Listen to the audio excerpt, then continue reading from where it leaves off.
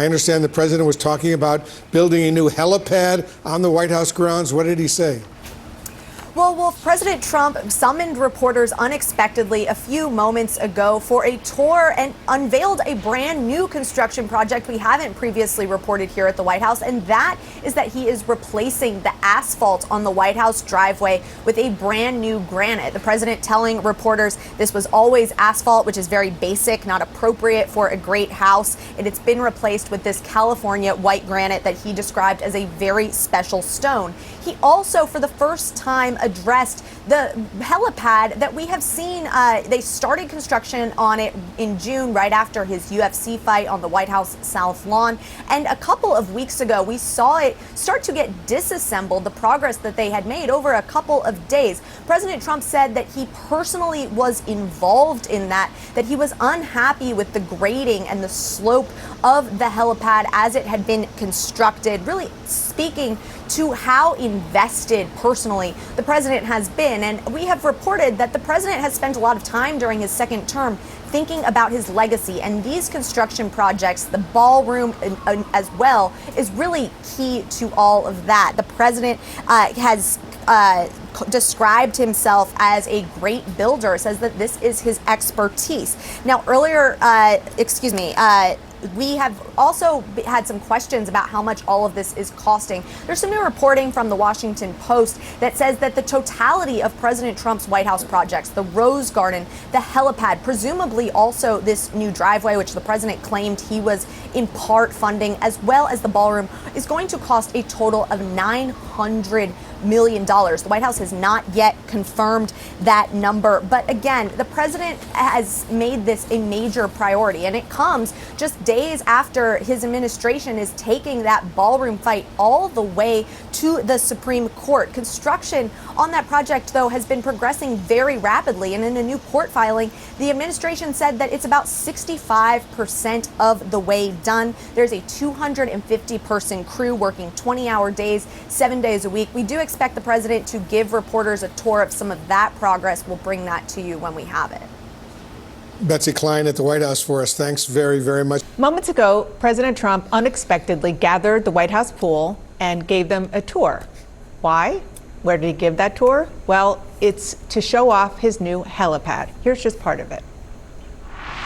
Every stone is 2 degrees rounded, so that instead of putting straight pieces down, we have the stone is absolutely perfectly rounded. It's a white granite. It's called a flawless granite. We get the best stuff. One thing I know how to do is build. The granite top says, "The seal of the United States of America." That's the exact term. If you look at the seals of the presidents, the seal of the President of the United States of America, meaning the president is in the White House. They can have events on it. They can have people go there for cocktails and then walk to the ballroom after that's finished. We can have really incredible. This is unbelievable for state. And you saw that helipad behind him. It's the first time we're seeing it. That used to be, or I guess it still is, on the South Lawn.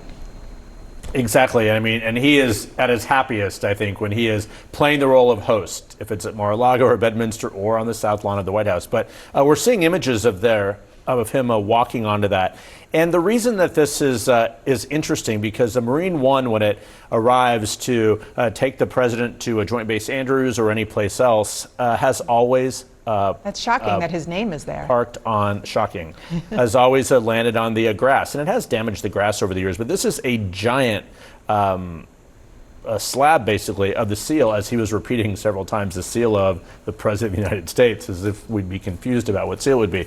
But he's standing out there just very pleased with this. So for all the renovations we've seen around Washington, this is one that is actually not as controversial, even though it's going to significantly change the South Lawn, because it's not a big building. It is a helipad that actually many people have said is needed. Okay, not to be a skunk at the helipad party here, but is this what the American people are eager to see and hear? We know how much he loves it. This is his happy place. This is what he loves to do. He talks about it nonstop, publicly and privately. Yeah, no, I mean, we see in poll after poll that majorities of Americans believe he's not focused on the right priorities. And this is just only going to reinforce that opinion. There is no doubt it is happy place. I mean, our colleague and friend Maggie Haberman talked about when she and Jonathan Swan sat down with him to do an hour-long interview for their book Regime Change, that the whole first 15 minutes in the interview is just him fixated. And this is what he is at his core. And his knowledge about it, his desire to talk about it, his comfort in it is a constant. There's one more quick clip that I want to play, and this is because he was getting questions about whether there was too much granite or whether the grass was going to be gone, and he had an answer. But this grass is the highest quality. It was given free of charge by Scott's Miracle-Gro, Scott's. And Scott's is a great company. They actually contributed to my campaign. I must be honest, you'll figure that one out. You don't say. The Washington Post reports the Trump administration is set to spend at least $900 million, a majority of that for the new ballroom complex, but also includes the new helipad and a new visitor screening center. That number is primarily taxpayer dollars, which the president, of course, once said would not be spent on the ballroom. Complicating the money trail, the Post finds the administration is moving some funds through an obscure office called the Executive Residence, which is normally used for housekeeping and repairs on the residential side of the White House. The Washington Post investigative reporter Jonathan O'Connell is on the byline, joins me now. Jonathan, so just walk us through your reporting on this. How much of this $927 million, according to the reporting by you, is going to projects that could be considered necessary and might have been undertaken no matter who was in the White House, compared to how much is going to President Trump's personal priorities like the ballroom, the new helipad, the Rose Garden revamp, the list goes on? Oh, sure. I think the White House Visitor Center has been envisioned for a number of years. Previous administrations have talked about it, and there's been some planning around it. The centerpiece of this, of course, is the East Wing, where President Trump would like to have a new ballroom. There have been discussions previously about whether the East Wing needs upgrades or could have a larger ballroom. The issue here really is that he just knocked it down without a plan that Congress had seen and without any funding that Congress had at least intentionally provided for it. So now he's somewhat locked up in court over whether he can continue going because he did this sort of workaround with Congress. And how much of this, is it known, is taxpayer money, and are there any restraints on how it's actually used? So this $927 million, Anderson, is the best tally we have. Of that, we can see around $305 million appears to be donations, private donations. And the president has said repeatedly that the ballroom portion of the East Wing will be paid for by private donations. Sometimes he's left out the reality that the rest of the East Wing is going to be paid for by the public.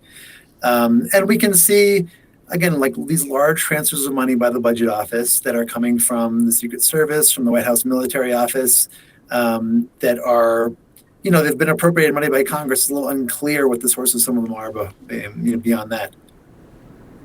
Is there any historical precedent for renovations in and around the White House at this scope and this expense? Man, Anderson, you got to go back a pretty long way. I mean, in 2008, 2009, under George W. Bush and President Obama, we had some upgrades to really like infrastructure of the building, because it is a very old building, like the lighting, HVAC, electrical, that sort of thing.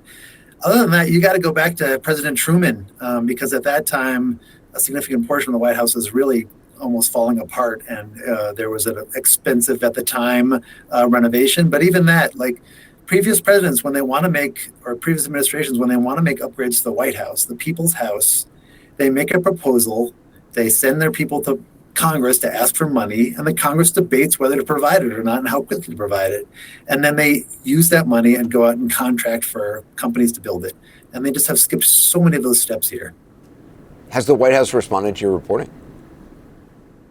Yes. Again, they're standing firm on the idea that the ballroom specifically within the East Wing will be paid for by private donations. And they say that their transfers of this money that has been appropriated by Congress will be spent and is being spent according to Congress's original intent, without necessarily saying where the money is from and how much they're planning to spend and all. Jonathan O'Connell, as always, great reporting. Thank you so much.